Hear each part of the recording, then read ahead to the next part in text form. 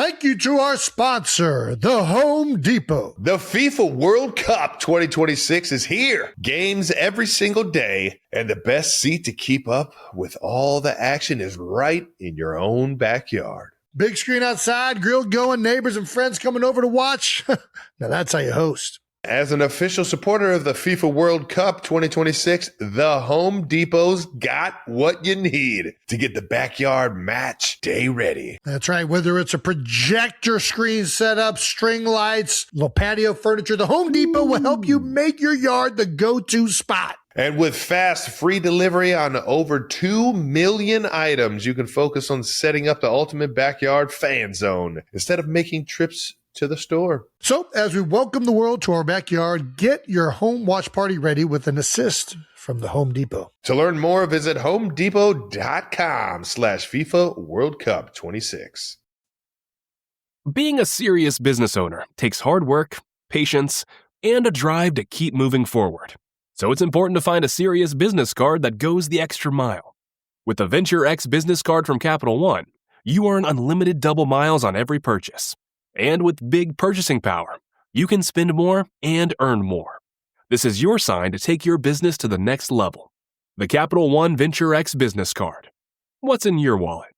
Terms apply. See CapitalOne.com for details. You got to do the opening ceremony at the Winter Olympics this year.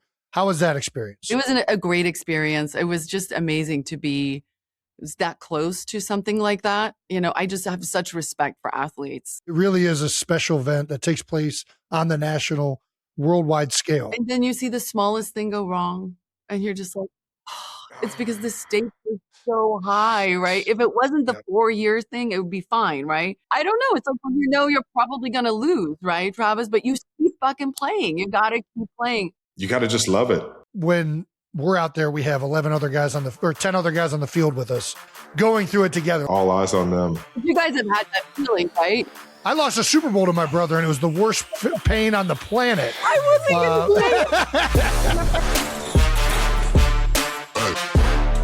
Welcome back to New Heights, ladies and gentlemen, boys and girls, a Wondery show. And we are your hosts. I'm Travis Cousin, my big brother Jason Kelsey out of Cleveland Heights, Ohio. Shout out to the Cavs, baby.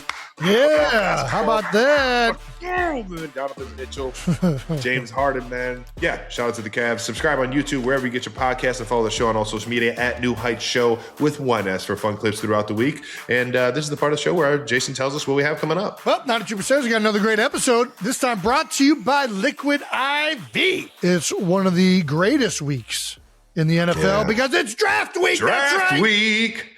It's lottery time across the NFL. Dreams are coming true for everyone. Oh, it's glorious. And if you've been waiting for your chance to see New Heights live, we've also got another great announcement for you. We are going to be announcing that later, it looks like. We also have Charlize Theron is here. Let's go! Awesome new movie coming out. Talk a little Apex. Before we get into any of that, let's get into some of that new news. New news. Before we do anything, we have to have a moment for this slice of brisket.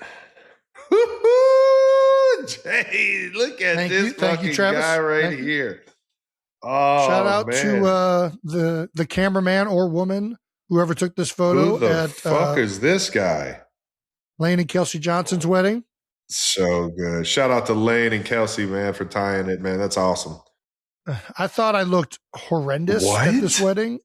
This photo came out really good. Probably a good angle, I would assume. Where'd you get the scarf and the bolo? We landed in Nashville. That's where the wedding was. We went straight from the Masters. You and I were at there. And we wanted to get a bolo, me, Bo Allen, cowboy hat. We go in there.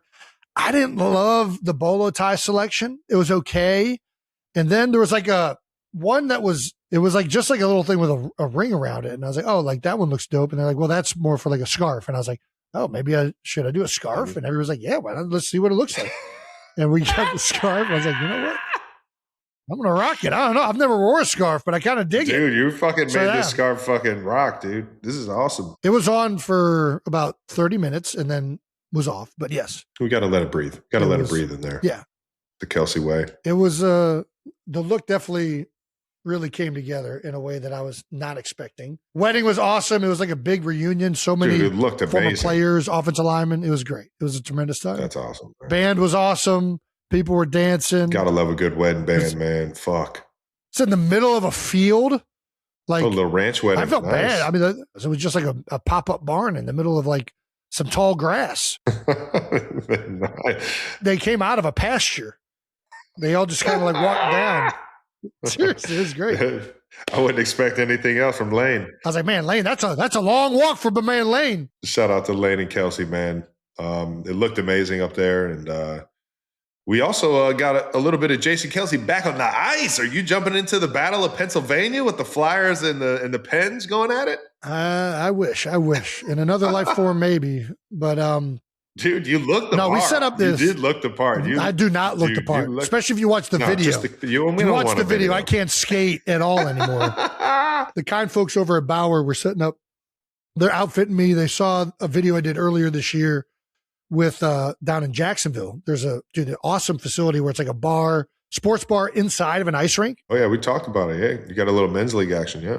So there was some of that, and they said, hey, if you want to get outfitted with a bunch of gear. So we kind of set this up a while ago, even before the playoffs were clinched. And they got me some skates. Skates are probably a little too big, so we're going to size it down maybe a tad. What are you rocking? I got to resize. I haven't gotten any skates in a while. They were 13s, which usually go a size down from a shoe. So it was a 13 skate. I think I'm more like a 12 and a half. Like, I don't know. We're going to try the next one down, see if it fits a little bit better. But it was all like personalized. It was really cool. Awesome for Bauer to do that. At this day and age, you don't need to be fucking out here like feet like fucking in there so you can get quick feed. And like, you just got to be comfortable out there. I agree. You want comfort.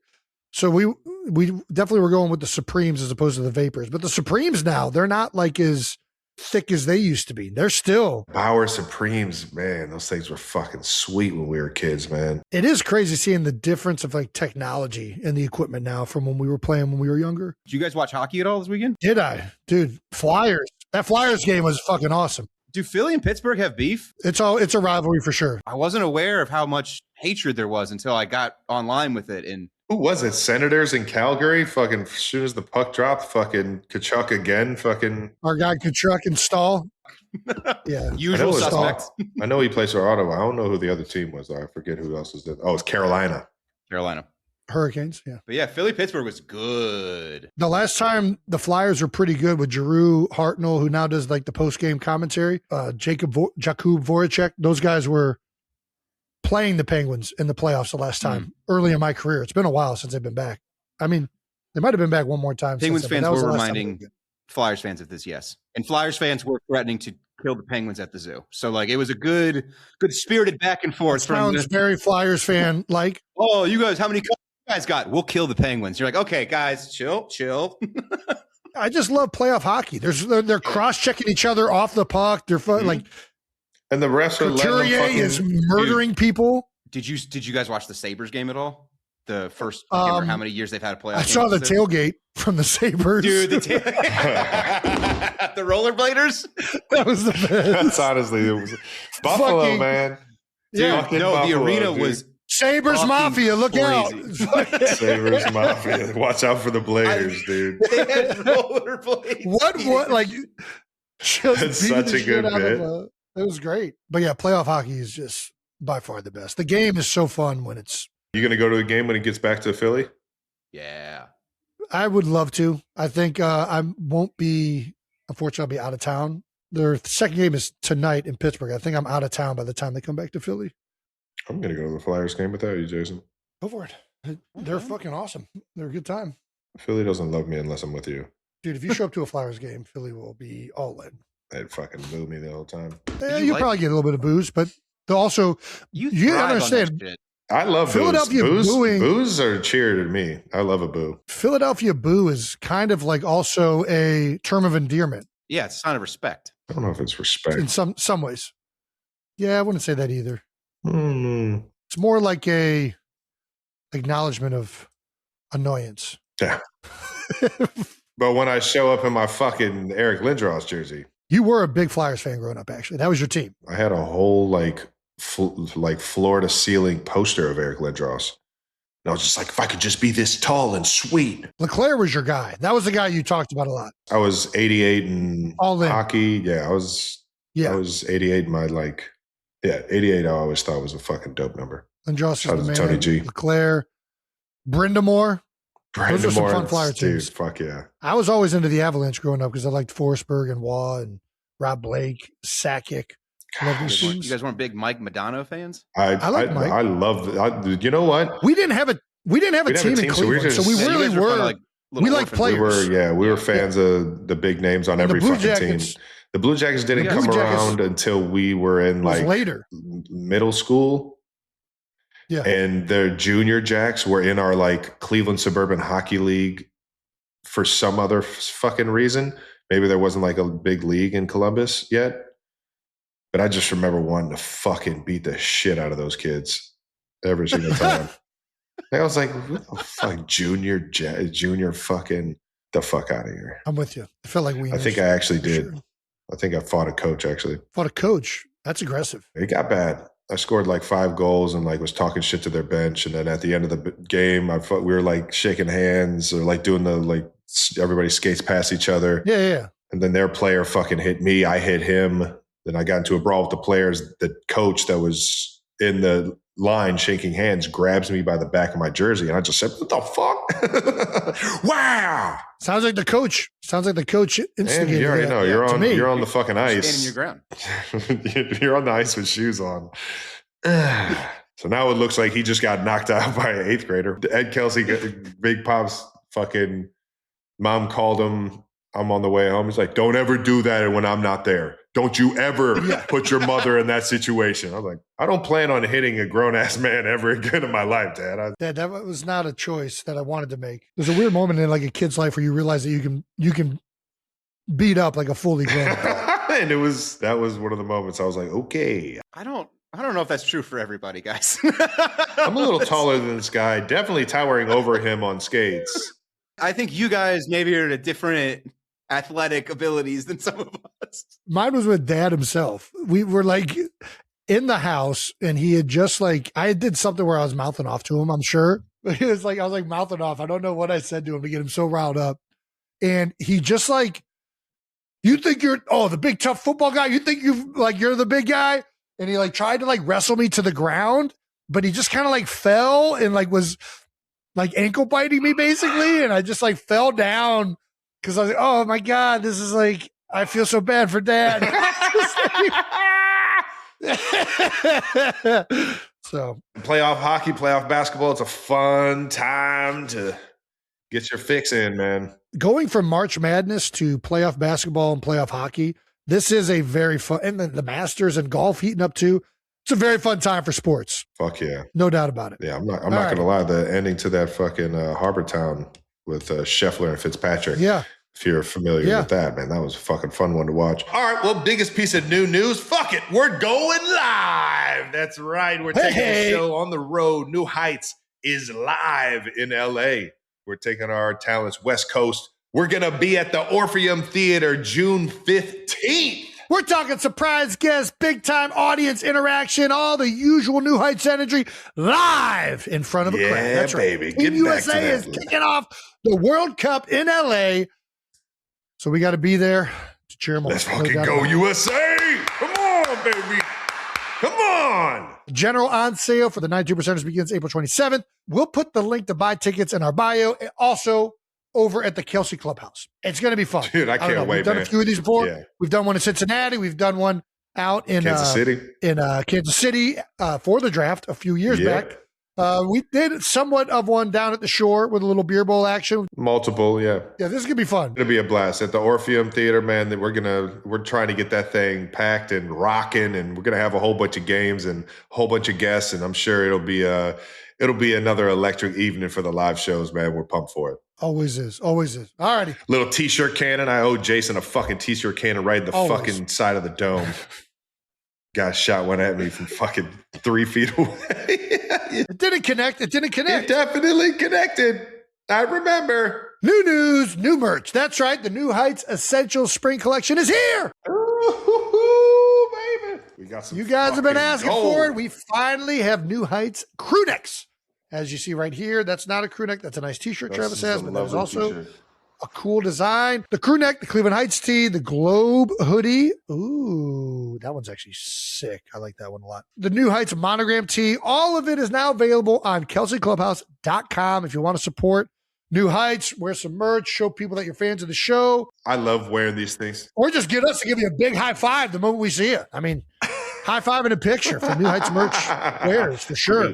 And it's a fucking good shirt, guys. I'm not gonna lie. This material and everything is some of my favorites. Whoever did their homework on the materials and sent them to us, they did a great job. Fantastic.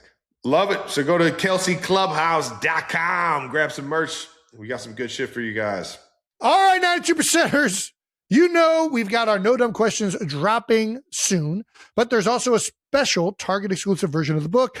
It's got even more dumb questions that didn't even make the cut to the regular version. It's a director's cut, if you will, of No Dumb Questions. That's right. Ooh. So if you want the full experience with all the wisdom we could possibly cram in there, make sure you grab the Target exclusive edition of No Dumb Questions. Pre-orders are live now. Links in the bio below. And remember that all the pre-orders of the book, you can get exclusive sticker packs. Who doesn't love stickers? Just pre-order the book from Target or any retailer and submit your receipt. Love it. And we've also got a bonus episode with Jeff Stoutland dropping Friday. Ooh, this Friday? Let's go. Stout. We've been trying to figure out this Jeff Stoutland episode for a while. Initially, we were going to tag it on to another guest episode, but we felt like Stout deserved his own episode. Was highly instrumental in my career and a lot of Eagles' career. So excited to launch this one on Friday. It's not only Stout, it's also got a roundtable with Jordan Mailata, Brent Selleck. There's a lot of Eagles-centric talks in there. So if you're interested in that, you're going to want to tune in. I think it highlights one of the best coaches in Eagles history. He's one of the best storytellers of all time, too, man. He's so fun to talk to, man. He's got stories for days. And it's just such cool insight. Like sitting here talking to Stout just on the pod alone and really hearing how much he loved this game and he loved teaching this game. And he just loved being around guys that desired that knowledge, man. And really, took that knowledge and ran with it, like yourself, like a Brent Selleck or a Jordan Mailata. So I'll even be tuned in. I missed the roundtable, but I got some action in with him here on New Heights. Awesome. Well, last thing, shout out to Bacon. Patty Bates. How about that? So hole in one. So a lot of people don't know this. I went on an epic golf trip last week from Ohoopie's Match Club to the Masters, which is probably the two top destinations in the state of Georgia to play some golf and to see some golf. And yeah, my guy DJ Young Chuck, Charlie Grace, kind of pioneered the entire weekend and helped us get into Ohoopie. But even then, man, Patty Bakes on hole 5 fucking hits his first hole-in-one at a Ohoopie Match Club. We're going nuts. As you can see, he has the beers in his hands. He had just shotgunned a beer before the actual hit. Walks up to the hole. Couldn't see the ball go in, so we're walking up to it. He thinks he hits it over the green. Ah, fuck. God damn it. He's all pissed off at himself, holding his beers in his hand. He walks up to the hole just to peek in it, and sure enough, that ball's laying right there in the cup, man. And we all start going nuts, start chugging beers, and about 5 beers later, after 3 holes, Bacon's walking around like, anybody got any heartburn medicine? God damn it. I got too excited. But from going from Ohoopie to the Masters, we then saw Shane Lowry right after I talked to you on that front lawn. The next day, hit a hole-in-one on 6, and we were up at the top next to the tee box. And if you've been to the Masters, hole 6 is it's a drop, and you had a beautiful look at the hole. And man, that thing was tracking it the entire time. And the tee box turned into a fucking mosh pit. Everybody starts banging shoulders, going nuts, throwing beers in the air. I'm like, this is the Masters. You can't do this at Augusta. But sure enough, man, when you hit a hole-in-one, it doesn't matter where you're at, man. The people are going to go nuts. So shout out to Shane for dropping that in. And shout out to old Patty Bakes getting his first hole-in-one. And it was an epic weekend of a lot of fun with some of my closest friends. So it was dope. I can't tell you how jealous I've still never seen a hole-in-one. You saw 2 of them that week. There are 4 that happened in the part 3. I've seen like 6 hole-in-ones in my life, and the closest I've ever gotten is Waste Management, where it dropped to like 4 feet. Like I can't even get close to a hole in one. I've seen Pat Mahomes literally shoot a skyrocket in the air, go in the cup, bounce 20 feet out of the hole, and then had like a 40-foot putt that he almost drained. Like I've seen some fucking crazy shots on some par threes, man. We can't move on from this without taking a look at this picture, this very proud picture of Patty Bakes on the green right after his hole-in-one at a hoopy, and without giving a shout out to just the most glorious calves in the history of the world. It's honestly like, it looks like they're implants. Like it doesn't look like it's possible for someone of that stature to have calves like that. He got Botox in his calves. Like if he was a woman, you would for sure think he had a BBL in his calves, but he's not. He's not. It's just his natural body makeup. Implants. These things are hilarious. Dog, one of the funniest things. This is what AI is good for right here. One of the wildest things is that a hoopy actually has zebras on property. So when you're playing, and Jason, you played there. It's an epic course. They're over the fence. They're like on the other side. But it's on property. You can definitely see them. Yeah. And it's one of like the unique things about the course. I grabbed like a putter cover that's in the shape of a zebra. It's one of my favorite putter covers now. One of the homies decided to AI bacon on top of a zebra.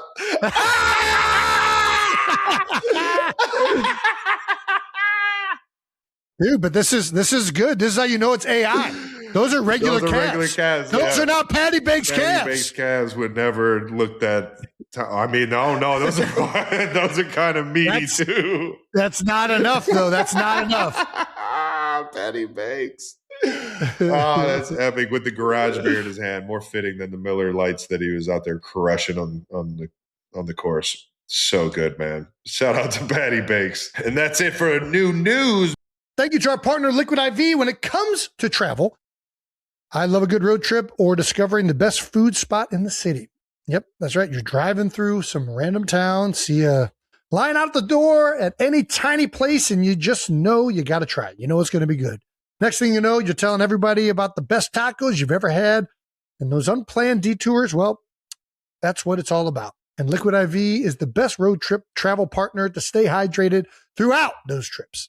Just one stick in 16 ounces of water hydrates faster than water alone with an optimized ratio of electrolytes, essential vitamins, and clinically tested nutrients that Liquid IV dubs Hydroscience. It turns ordinary water into extraordinary hydration and comes in delicious flavors like lemon lime, popsicle firecracker, and white peach. Stay hydrated for every adventure with on-the-go hydration from Liquid IV. Tear, pour, live more. Go to liquidiv.com and get 20% off your first purchase with code NEWHEIGHTS at checkout. Thank you to our partner, American Express. Every football fan and player knows each season is about opportunity.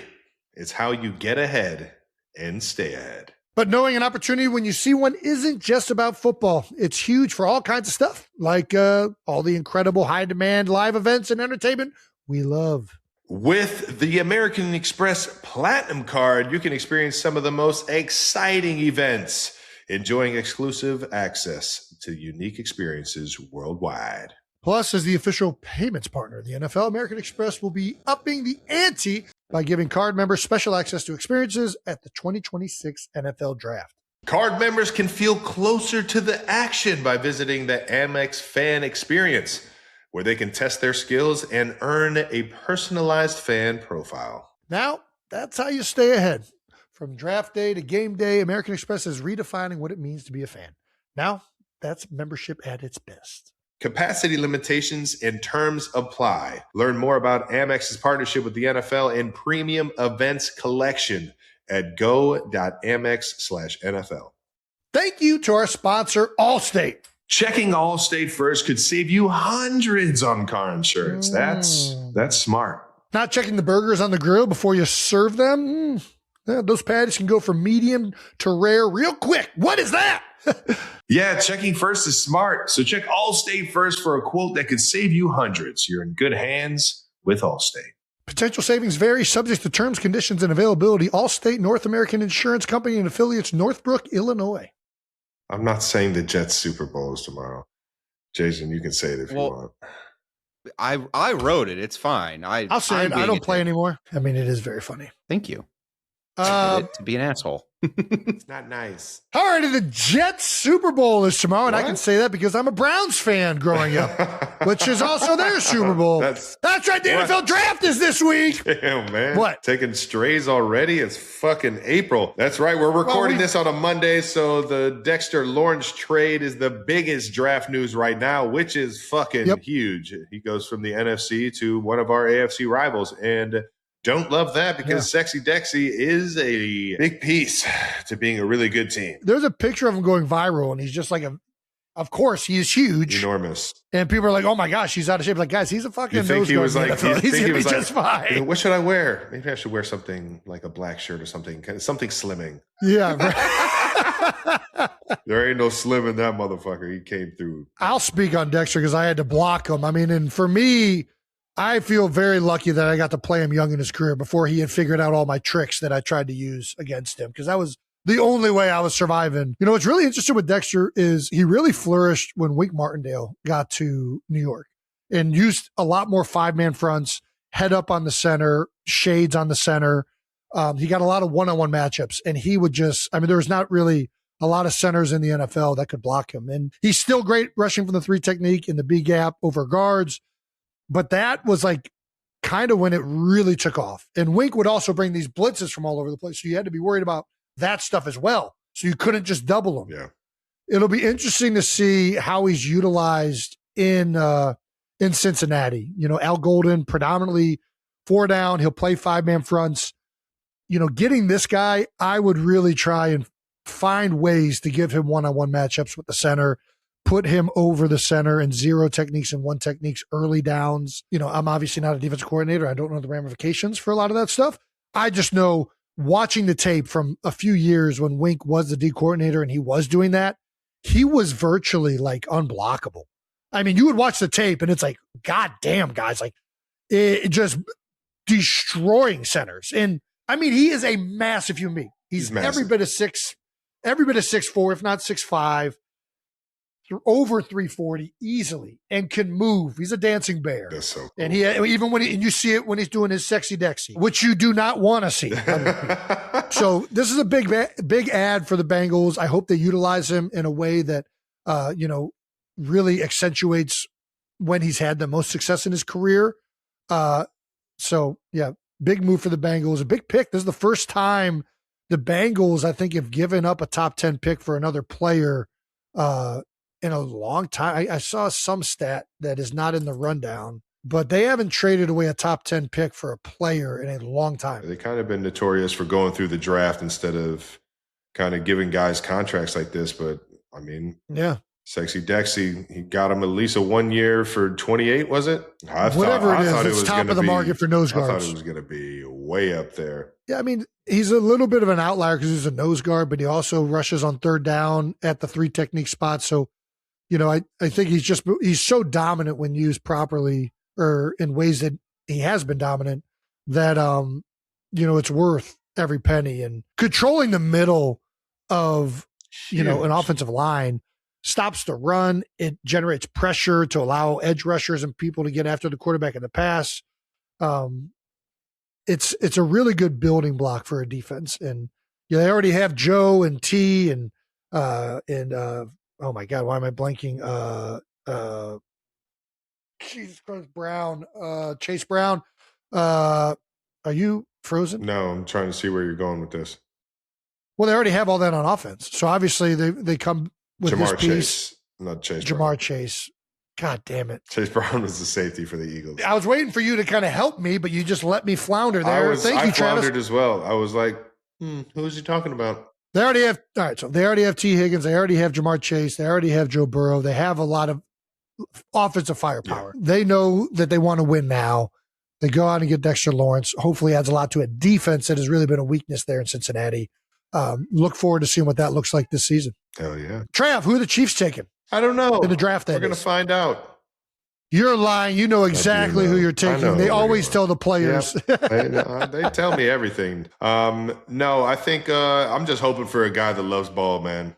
You know, I think one of the things that you just want to have when you get back into the building after a season like last year, man, you just want guys that love what they're fucking doing. And I think it's one of the things that I look for in these young guys when they come in is this: how infectious is your energy? I need that out of these young guys, man.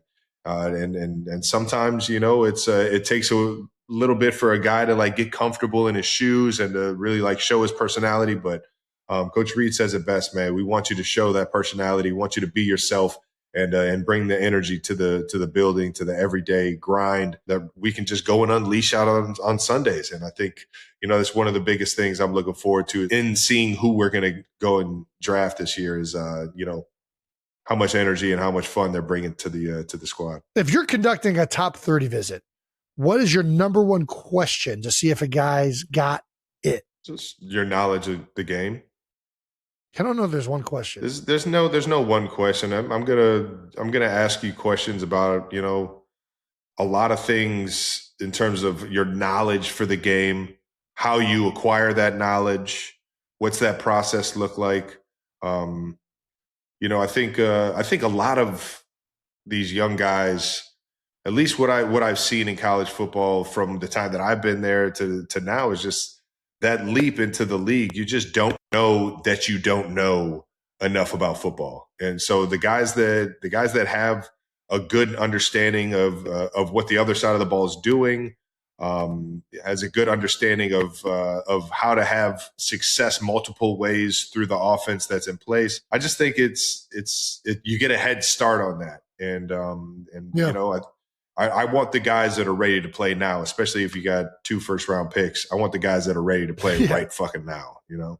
This is my thing when the like top 30 visits, like I feel like a lot of the responses are so like pre-planned by guys. It's hard to know when a guy is like being himself, when he's trying to do what an agent tells him. Like, I don't put too much stock into asking questions there. If you want to like put guys through tests on the board, there's certain positions, obviously like quarterback, center, where like it's good to get a gauge of like what their football IQ is. Put question or give them like verbiage the first day. Then when you get with them the following morning, you re-ask verbiage to see how well they retain information. I've heard questions like I know it. One of the questions they used to ask a lot was like, "Are you a dog or a cat person?" And some coaches felt like dog people were more like team centric, whereas cat people were more like isolated as individuals. So fucking dumb. No day. I think a lot of it is so nonsense. What was the craziest top 30 visit you went through? I only did 2. I did 3. I take that back. I did a Kansas City Chiefs one. I did one with the St. Louis Rams, who Coach Spagnuolo was the head coach of at the time. Sat down with him in the office. And then I did a late visit with the Eagles. And that's when I first met Howard Mudd and Eugene Chung, the assistant O-line coach. And I felt like of all the visits, the Eagles visit felt like it went the best. I felt like the whole process, the Chiefs were the most interested. So I thought there was a chance I would go to Kansas City, but for some reason, leaving that building, leaving NovaCare, it felt like Howard Mudd, me, I got to talk to Andy. Like it felt like the whole visit went really well. And it felt like there was a lot of interest there too. So I don't remember like any crazy things. What about you? What's the craziest question you got? Dude, they put me in, I was coming out in 13. Mike Shanahan was still a head coach in the National Football League. Yeah. And he was a head coach at Washington. And that was the legendary, like LaFleur, obviously Kyle Shanahan, McVay. Sean McVay, yep. All these. That's where it all originated at. Yep. Well, it really originated in Denver with Mike and Gary Kubiak, but yeah. Mike, you already know that was. So I didn't even know at that time meeting all those guys in that building was going to turn out to be what it is today. The craziest thing that ever happened, I wasn't even in a room with a football coach. They sent me to like a shrink, and I started doing these little table games, like problem solving, like games, like I was like a toddler almost. And it was like, how do you put all the rings onto this, hole without, you know what I mean? It's like little games like that. And they would time it and they would ask you questions afterwards. And it's just like problem solving games. And the shrink in front of me looked like they were just like jotting down like numbers and like scores and all this shit. I'm just sitting here. I'm like, what the fuck does this have to do with football at all? And I guess I kind of love it though. But I guess this was kind of one of the things that Shanahan does. Yeah, I was going to say. Yeah, this is one of the things that Shanahan does that kind of gives him an understanding of how well you can problem solve. And how well and process and how quickly you can do it and how quickly you can figure something out on your own without being told what the point of the game is.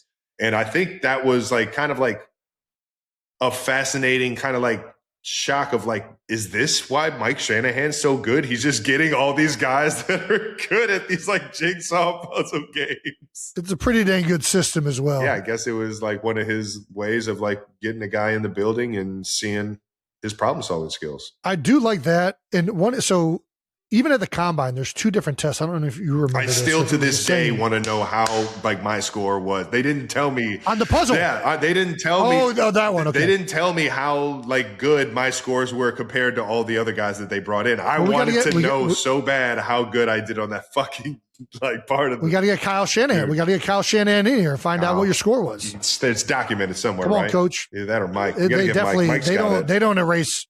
They don't erase any of that stuff. Mike's got it too. At the combine, they would give you two tests. They would give you the Wonderlic test, which is what everybody knows is like the predominant like level of like measuring like intelligence or IQ. In the NFL world, yeah. But the other one that I thought was far more applicable to football intelligence was the puzzle test. You did a great fucking job on the fucking Wonderlic, didn't you? I was always bad at Wonderlics and SATs. I wasn't bad. I was always average at them because I'm a slow reader. I don't read quickly, and any time tests, I just don't finish the tests. Like the Wonderlic, I only finished like 26 questions, and it's like 50 questions long. So there's no way I'm going to have a good score. But I felt like the puzzle test at the combine is more applicable for football. It was like a book, and you would have to like list what shape was next. And like each time the puzzle would get harder. The concussion test, yeah. It's really a pattern test. Puzzle's wrong. That's why I didn't do good on the Wonderlic. But stuff like that, stuff like these little games, I do think is better at generically gauging like how well somebody recognizes patterns, spatial awareness, like an intelligence that's more applicable for the game of football rather than, how well you can answer a full-on sentence in a Wonderlic test. Like, I just don't think that really tells much about. I've seen guys do great on tests like that and have great SAT scores, and they have no idea to tell if a nickel's blitzing. So I don't know, like it just doesn't do that much for me. You know what I mean? It just like doesn't do, not really that into it. I did think at one point we had like a pickleball court in our weight room. We had like a little outline and guys could play like in the off season. Yeah, of course. And I used to tell them like, dude, whenever you get a top 30 guy in here, just bring him down here and let's play some pickleball. And I'll tell you if he's like worth the shit. Cause you could tell just by stupid games. And Nick Sirianni said the same thing with like, I do agree. It doesn't. He said the same thing about basketball, right? Well, he said the same thing about rock, paper, scissors, which I think is even more like not true. But like, I do think if somebody's not competitive and they don't care, that's a red flag to me. Cause like, it doesn't matter what game you're putting in front of me. For the most part, I'm going to try and figure out how to win. What about shadow boxing? I just don't want to play it. It doesn't interest me to play the game. But if I was doing it, I would be trying to do it. I wouldn't be half-assing it. Like if I'm playing pickleball and somebody comes on to play pickleball and they're like just like clearly uncoordinated or like not giving a decent amount of effort, I'm like, yeah, fuck this dude. You don't want this guy. He's gonna quit quickly. You're fucking insane. If that's your job interview to be the fucking scout team or scout for the Eagles, man. Hilarious. I don't think it's a fair assessment. I don't need to watch any film here. Just bring them on the pickleball. Well, of course the film matters more. I'm just talking about getting a gauge for their overall competitiveness and desire to win. But hilarious. I will say this. And the reason I got this theory was all the guys that I played in pickleball in the offseason that just were not fun to play pickleball against because they sucked with effort, also coincidentally sucked as football players. No correlation there. I'll take your word for it. Well, the Eagles are. Well, hold on. Speaking of, yeah. So, but you just mentioned something like obviously the tape is the most important thing. When you're watching tape, what are you looking for? First off, you have to be a competitor. You have to show your love for the game, your competitiveness, how much you want to compete on every single play. That's one of the things I think needs to be like higher than a lot of the other attributes. Is like, does your love for the game show on the field? How much do you have that desire to play this game? Does it translate through the building? Is it infectious to the guys around you? And things like that. And then on top of that, it's defensive understanding. And you can tell by how guys, depending on what route they have, how they stem, how they attack players, how they attack leverage. If it's man-to-man coverage, I want to see how much of an artist are you? Are you creating a route within the concept? And I'm not saying doing your own fucking thing. Like, no, all I'm saying is that, if it's a slant, I'm not just running 3 steps forward and hitting a 45-degree angle. I know the basic concepts of the slant.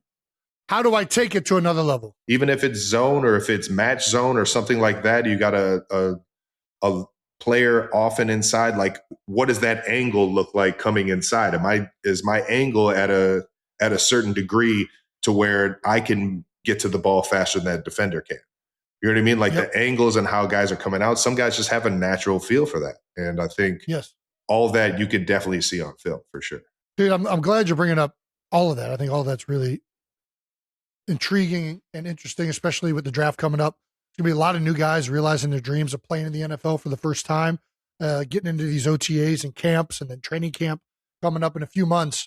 And I used to get asked a lot by like young guys, like, hey, what's advice? Like, what should I do? What do I need to do in training camp to make the team? Things like that. I'm like, dude, you need to stand out. These coaches are looking at guys every single day, right? They're watching tape. And do you want to be a guy that they're just watching? It's like, okay, right guard did his job, right tackle did his job. Or you want to be a guy where they're like, who is this guy? Where are you separating yourself? Whether it's you can separate yourself in the meeting room by being very cerebral, attentive, asking questions, and being very involved in discussions, right? That's one way to do it. The one way that is guaranteed to separate it, if you play harder than everybody else. And I know that's like it's a moniker. If you watch my college film, that's what got me the recognition. That's what got me to stand out. If you finish to the echo of the whistle, if you're the last one to stop every play, every single scout, every single coach, everybody looking at the tape is going to be like, who the fuck is that guy? Right? So I don't know what you want me to say. Yes, there's going to be limitations that everybody has. You're not going to be, maybe you're not the best pass blocker. Maybe you're not the best run blocker. The one thing you have control over is your effort, right? Come into camp in shape and finish. That's what I'm saying. The first thing I want to see is how much do you love this fucking game? How much do you want? How much do you want to compete on every fucking play? And don't get me wrong, there have been, times in my career where I had to evaluate myself and be like, am I showing this? That play was fucking unacceptable. That play is embarrassing. You know what I mean? And it's moments like that where you're just like, I got to get my shit fucking going. And there are times where I've seen that on the biggest stages and I've been fucking embarrassed. We were playing, I forget what game, what year it was, but there was like a play. I think Carson was a quarterback and the entire offensive line was just standing. And I just remember like, what the fuck am I doing? Like, why am I just standing? Is it because I'm tired? Is it because I thought the ball was gone? I have no fucking clue. All I know is that that's not acceptable, right? So what do? After practice, you go and run a couple, like you almost like punish yourself, or if you are out of shape, you get yourself in shape. Those are the only options. And then after every single drill, after a game like that where I felt like, hey, I need to get better effort, I would go in and run 5 to 10 yards after each thing. And it'd be annoying and it'd be stupid sometimes. And I'm more tired in practice than anybody else, but I'm going to, 100%. I'm going to train myself and condition myself that this is the standard. This is how you react. Anyways, back to these young guys. You are marketing yourself. Each and every play you are on the field to the coaches, to the scouts. And what Travis is saying is exactly right. Your competitiveness and how hard you go is going to be one of the things that is every coach is going to love. It's fiending for they're drooling to find a guy like that. Yeah. Now you got to be able to be good enough too. That's not alone, but you want to make the team. That's a damn good start. And that's something you can control. All that shit is infectious. When you get guys flying around on defense and everybody's at the fucking ball and everybody's fucking getting excited for the guys that's making the fucking big hit. You watch Seattle's defense last year. Those guys fucking loved each other, man. Those guys, every single fucking tackle was a fucking celebration. Granted, they were making some fucking big hits and making some big tackles and rallying to the fucking football, but the 49ers have done it in years past.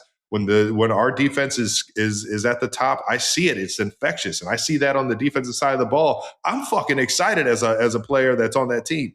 I'm gonna fucking match that energy on the offensive side when I get a first down or I get a big catch. Having great players obviously matters, but I do think that like half of being good on defense is just playing relentless energy and rallying to the ball, right? And coaches preach it, but dude, if you guys are truly doing that, it is so hard to execute offensively. Now, you got bad players, but that's a big component of it. Yeah. And that's one common thing that all great defenses do have. Yeah. The one thing I always tell guys is, bro, understand the other side of the ball just as good as you understand your side of the ball. Like if I'm playing, like I think one of the coolest things that you specifically, kind of taught me without even telling me was you knew the defense because you played linebacker in that system. You know what I mean? When at Cincinnati, when you moved from linebacker to center, you understood gap assignment. You understood how safety rotation happens. How like if there's a rotation over here, something has to, happen on the backside for everybody to be balanced and for a defense to be sound. And it's like when you understand what the other side of the ball is doing to the point where you could literally point out what guys are doing before the snap, it makes you play at a 4. If you're a 4-5 guy, it makes you play at a 4-3. If you're a 4-7 guy, it makes you play at a 4-5.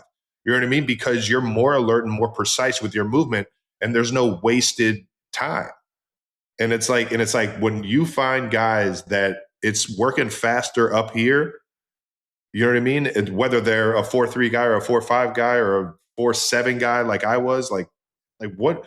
When you find guys that are making it happen faster here, the timing of the offense, the ability to be there before the ball on defense, the natural instincts that you have, and your training instincts, you're training your mind to fucking think fast. You're training your mind to not only think just fast, go, but not even think, just go. But that's the thing, and you're reacting, and in practice and in film study, you're creating these instincts to be able to, when you recognize something, you're immediately doing something to react to that to benefit you. That's one of the biggest things for me when I'm watching film and seeing what guys are doing, or really evaluating myself, is like, how am I using the ability to understand things at a high level to play faster, especially at, you're getting later in your career and the body just doesn't move like it used to. Dude, I wish I knew what I knew late in my career when I was early. You know what I mean?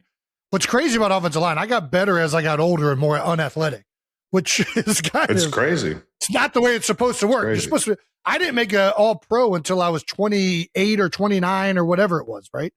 Like I'd made it all after my prime. But that brings back memory to me. Kobe Bryant came and talked to our team in 2017, the year before that we went to the Super Bowl that year. Subtle flex. Okay. And normally I'm not a huge fan of like basketball relations to football. Like I think it's a different sport. And anyways, Doug had Kobe come in and talk to the team. And he said a couple things he said one thing that resonated with most people. And they said, what's your mindset in the game? Somebody asked him. It was something along that lines. He said, I wanted to make the guy across from me quit. I wanted to make the guy across from me not want to play basketball. And I remember everybody being amazed at that statement. And the guy said, what advice would you give to any young player? And Kobe said, be curious. Try and learn as much as you can. Yeah. And all of these fucking idiots were talking about how cool it was that he wanted to make the other guy quit. And I'm like, where do I do with that? There's nothing I gain from having that piece of information. How about be curious is such a fucking awesome way to say, knowledge is power, man. Learn as much as you can on how you're supposed to operate, on what the guys around you are operating on what the defense is like. Having all of that knowledge is going to help you be such a better player. High-level executives are like, oh, man, he wants to make the guy across from him quit. Cool. What the fuck do I do with that? How did he get to be such a good fucking... How did he make him quit? You know what I mean? No, he made him quit because he was so fucking good and a step ahead of his guy that it felt like there was nothing the guy in front of him could do to fucking stop him. It was such a profound disconnect with like, how did you guys hear those two statements And that was the one that you're like, that's going to really change my game. But the curious part is like, it's not just like hearing your game plan. It's not just understanding the defense's like scheme. It's like you're being curious on like, oh, well, if they do have the one coverage that might stop this play, how would I still beat it? How can I manipulate them to open up a window? Or how can I beat this defender up to get myself open in time with the quarterback? And it's just like being curious isn't just doing the job. It's finding what those it's problem solving. Exactly. It's problem solving with problems that don't seem like they can be solved at this time. Right. But it's having the creativity and the curiosity to go out there and try it at least to get it done. There's a guy I'm going to give some love. He was later round pick. Brandon knows him because he's a fucking UT guy and he loves everybody from fucking Texas. Moro Jomo used to drive the offensive line crazy. On scout team, he would ask questions constantly, like, "Hey man, what do you think about this? What if I did that? Why do you do this on this play? Why do you do that?" That guy has developed so much as a player because he's built up such a knowledge early in his career, and he had a great year last year. I would anticipate him continuing to play well, and he is maximizing what he has. And Stout used to say it all the time: knowledge is power. And just like you're saying, we're not just running routes on a paper. We're trying to know, why are we running this route? Why does the quarterback want us there? Why am I going there? All of these things you're trying to have answers to and trying to like become the best, allow that information to take your game to another level. Yeah. So yeah, be curious and play harder than everybody else. That's the note to all the draft picks that are going into camp. Those two things, dominate those two. Well, I guess if you all do it, somebody's going to get cut. But either way, that's how I would approach it. You'll find a way on another team. It'll show on film. Coach Mo, my guy. Dude, that guy would ask so many questions, and so many guys would be like, dude, will fucking Morrow just shut the fuck up? If you're actually like using the information, if you just got a dumbass that when you tell him something, he's like, yeah. Like, we don't make those kind of players at the University of Texas, so let's not start that. Let's just be fair. Jamal Charles didn't ask questions. He didn't fucking have to. Jamal didn't have to ask questions. Give Jamal the ball. Am I getting the ball? Question answered. Thank you. It's very rare for a running back to be a question asker. Jamal and I were at school at the same time, and he was generally one of the nicest people. That's my only story of him. I met him a couple times. Generally nicest dude. He was very much mobbed by students, but was always very kind about it and very nice to all of us. So thank you. He's the greatest, man. Unlike Kevin Durant, who wouldn't even high-five me one time, you motherfucker. Don't Shia LaBeouf this. I don't want to hear this Mike Piazza. Yeah, Kevin Durant will fucking tweet at my ass. Kevin Durant will find me. I fucks with KD. No, he's cool. I went for the high five and he like looked at me and was like, by the way, that's fair. So obviously watching KD our like entire growing up and everything. And where are we going with this? Yeah. Watching him at UT was fucking unbelievable, right? It was electric, dude. It was electric. There was nobody in college that looked like that, could play like that, could compete like that. Goes to the league, Thunder KD, or Seattle KD to Thunder KD. I'm like, man, this guy's just lighting this shit up.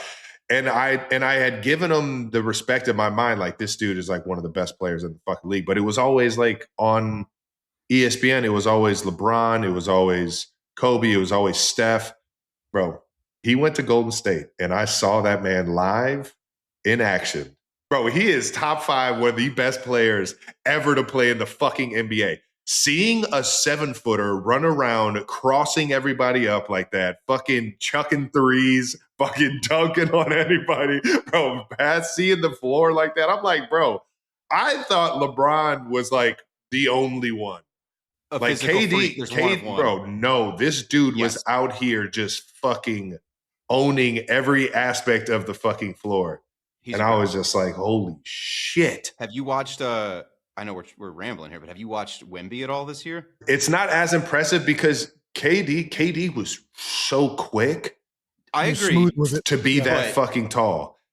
It's a little 8 hitting fadeaway threes. Yeah, and that's impressive. Don't get me wrong, but that's I mean, it's like the modern day Kareem with the hook shot. There's just nothing you can fucking do.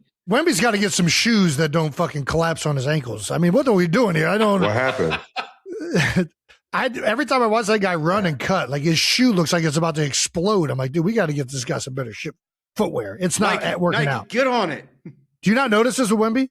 I mean, it's every NBA player. If you take a screenshot of when they're like fucking crossing over or something, it's like their fucking ankle is on the ground, dude. It's insane. I feel like it stands out, especially with that dude. It's all this new light material. Never saw Jordan's ankle on the floor. Who is the most dominant college player? The most dominant college player? Fuck, man. I mean, I'm a high flying action kind of guy, so I like the dudes that are just fucking dunking on everybody like a Blake Griffin. Man. That dude in fucking college. Oh my God. He's a beast. I saw him play too. Yeah. That was insane. Dude. He was so large and he jumped so fucking high. He looked like RoboCop in a jersey. Just fucking NBA hang time jamming on everybody, dude. I don't know why, and maybe tell me how off I am because I'm not like the most college basketball knowledgeable human being, but and maybe it's just because it timed up right in my like heart of like sports fandom, basically. But I feel like Carmelo Anthony, when he was at Syracuse, was insane. Melo was another one, dude. He kind of had that, like, bro, he's like 6'9" in person. Like, what? Like, I'm like fucking looking up at Melo like this when I see him. Like, you were moving on the basketball court like that. What the fuck? I still remember that year at Syracuse. The smoothest fucking just, like, jumper. Insane. Man. That was beautiful. Bunch of college basketball truthers will probably shit all over. You can't shit on those. Both of those guys won championships, yeah. There's going to be somebody we're forgetting that they're going to shit on us for, and I'm fine with that. A guy that was electric when we were in college, Trav, and won me in my bracket competition was Kemba Walker at UConn. Kemba. Shout out to Kemba and UConn. The crossover at the Big East tournament, buzzer beater. Holy shit. Was it? I think it was Big East tournament. It might have been March Madness. They might have saw Pittsburgh again at March Madness. March Madness was the crossover, I think right? Kimba was the step I don't back know. was March Madness. It was the Big East tournament. Thank you, Jake. I knew. And it wasn't even the championship of the Big East tournament. Well, that's why Jake knows. It was at the fucking Garden. That's why he knows. Well, that's why I knew too. I fucking always wanted to play in the Garden. Still time. You're right. I could still manipulate my way in there. What position would I play? What would a 6'5", 255 guy that? I mean, dude, you gotta just be you gotta be Anderson Varejao at this point. You gotta just be energy off the bench at this point. All heart. That guy diving all on the heart. floor. You got to be the guy standing out at the end of the tape session. You're you right. got to be that guy. Got to stand out. Got to stand out. I'm fucking diving at everyone's throw ankles. the elbows up on the That's rebounds kind of guy. Get That's in right. there. You got to do all the old man tricks. Like they go up for the fucking jumper and you pull their shorts down. Pull their shorts down. Could you imagine? Give a guy a wet willy as the shot's going up just so I can get good box out? Just like making the star player just annoyed the entire time. Just like fucking with his equipment, stepping on his back of his shoe so the heel comes out. Like doing all the little shit. Lance Stevenson, dude. Lance Stevenson when he was blowing on LeBron. Yes. That's what it is, bro. Yeah. You got to call up Lance. Get still back had in the a league. crazy crossover in mid-range, though. Yeah, he was. Okay, other than that, you basically are what I've always thought of you as Lance Stevenson type. Fuck out of here. All right. Well, for the last bit of NFL news going into the draft, the Eagles still might be trading A.J. Brown to the Patriots. So, yeah, I mean, listen, not that surprising, right? I think this has been, something that has been rumored all off season. I think a lot of times, too, you can tell by the way teams answer questions. Like, generally, when teams shut down trade talk right away, is like that's a guy that they're trying to keep. In general, they're always listening to offers. Like as a team, you kind of have to be willing to do that. Any good GM isn't just going to fucking shoot it down. They're going to hear what the fucking offer is. But at the same time, teams that aren't interested in moving players, they don't say that to the public. Like, yeah, no, we're sticking behind our guy. Like, we're not doing that. It's been pretty apparent to anybody that's been following this. And both sides want to move on. Well, I think that there is a speculation. Allegedly, both sides. I think that there's a willingness to move on for the right price from the Eagles if teams are willing to match what would be a fair asking price for the level of talent that A.J. Brown is. That's just kind of the way that all the news has been coming out about this. And June 1st happens to be the day where there's a different cap hit to the Eagles if they do move on from AJ. I want to say this. I think that AJ Brown was not the issue with the offense of the Philadelphia Eagles, and he's a major piece that is a very good player. So at the end of the day, I think it's a net loss losing AJ Brown. I think it'll be apparent wherever he ends up. He's a great player. He was a disgruntled player with the way he was used and some of these other things. And I get that frustration. I think his teammates get a lot of the frustration as well, because you still have not seen a lot of negative comments or any negative comments come out from his teammates in the way AJ Brown handled last season. Was it frustrating for fans to watch at times? Yes, obviously they voiced that. At the end of the day, AJ Brown is a good teammate, a great player, and a guy that adds to an offense in a legitimate way. So if it does get to this, it sucks, right? Yeah. But it has been something that has been rumored. I think we'll get some answers too with how the Eagles handle the draft this week, right? If they draft a receiver early, that kind of tells you they plan on doing something. You know, they go out and sign Hollywood Brown. They have Devontae Smith. They have AJ Brown. You're probably not drafting a receiver that high with all three of those guys in the receiver room. Pretty set. So you draft somebody pretty high, you're probably thinking something's happening June 1st. It'll be interesting to see where the Eagles go in general. Like, you know, obviously offensive line is a position that they've speculated on. Lane Johnson's getting older. I happen to think Lane has a lot of football left if he wants to play. I think, defensive end, edge rusher. Obviously, we just talked about receiver. It'll be interesting to see where the Eagles go, especially early in the draft, who's available and what they value most and kind of upgrading at. Nice. Well, it's the draft, baby. I'm fucking pumped for it. I know the entire world is pumped for it. I can't wait to see what Brett Veach does. And I know the Eagles are itching at the bit to get Thursday so they can see who they're picking in that first round, man. No thing. Is there anything else we wanted to touch on in the draft? Got Fernando Mendoza looking like he's going to be 1 overall, maybe. I don't know. Has that already been announced? I don't follow this. As a rule, I get more interested after everybody's been picked. I'm excited. I watch the draft, but I really don't put in a lot of effort pre-draft until hey, now who's on the team and like, who are we dealing with? And I think it'd be cool to do some tape breakdowns of some of these guys and where they could be used. We have been doing more tape breakdown. Maybe we do some offensive line. I'm game. Guys we're excited about. Maybe some tight ends or receivers. You game for that, Trav? I'm always game to do a little tight end receiver breakdown. Maybe let's go. Do you think you break down quarterbacks? Yes, 1,000%. What's your number one thing you're looking for in a quarterback? Accuracy? Does he drink beers? Dude, I will say this. So seriously, I know you're joking around a little bit. Just a little bit. But here's the thing. So Marcus Spears, my good friend with ESPN, Swagoo, said, to be like a great quarterback, you got to be the guy. And he said it very apparent at one point, and he definitely needs to be able to throw the ball well as well. What do you think it is about quarterbacks in particular? Like why that means more at it? You know what I mean? I think it's not necessarily. And we're saying, just so you know, we're saying having beers. We're joking about having beers, although it is kind of true. It's more about like the camaraderie that happens, the effort to like hang outside of the creating relationships. Exactly. Yes. Why is that so much more important at that position? Is it because you're in charge of communicating with all these pieces and like choreographing it all together? Like why is it at quarterback that it seems like it's more important than others? I don't know. I think, and this is where it's not always about the beers. It's about just being a guy that wants to be around your teammates, wants to be around the people in the building outside of the building. And I think getting that chemistry, understanding who the people are, that becomes like one of like how do I want to put this? I guess I've never even thought of it in a way like this. When you spend that time and you make that effort to know somebody that much more, you play a little harder for the guy. You listen to a little bit more of what he's saying. You understand a little bit more what he's saying to another degree. And I think that's just, the camaraderie that comes with sports. When a team's at the end of the season is hosting the Lombardi, that team feels like one. Everybody on that fucking podium holding that fucking Lombardi up feels like they're passing it to a brother, feels like they're passing it to an extended relative. And I think those teams, Seattle Seahawks, you could tell how they played the fucking game that all those guys loved each other.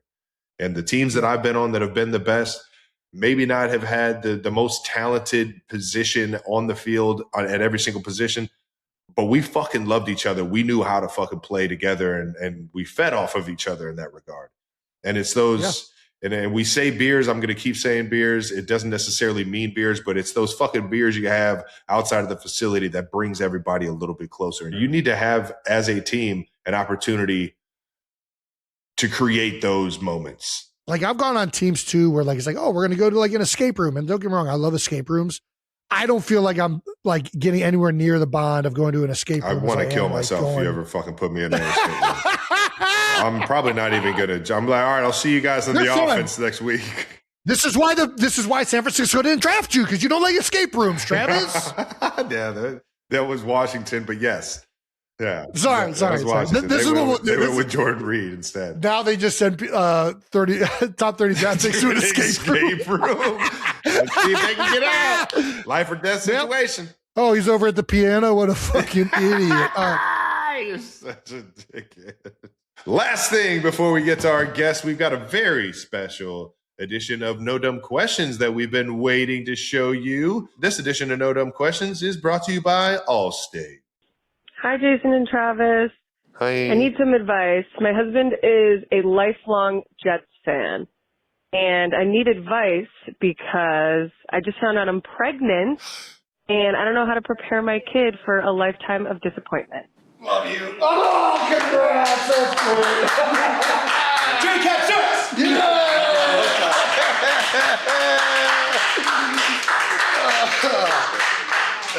That is awesome. Yeah, man. So any advice on preparing a kid for a lifetime of Jets fan? My advice that I give everybody is don't listen to anybody that wants to give you advice. Awesome. Yeah, no, every kid's different.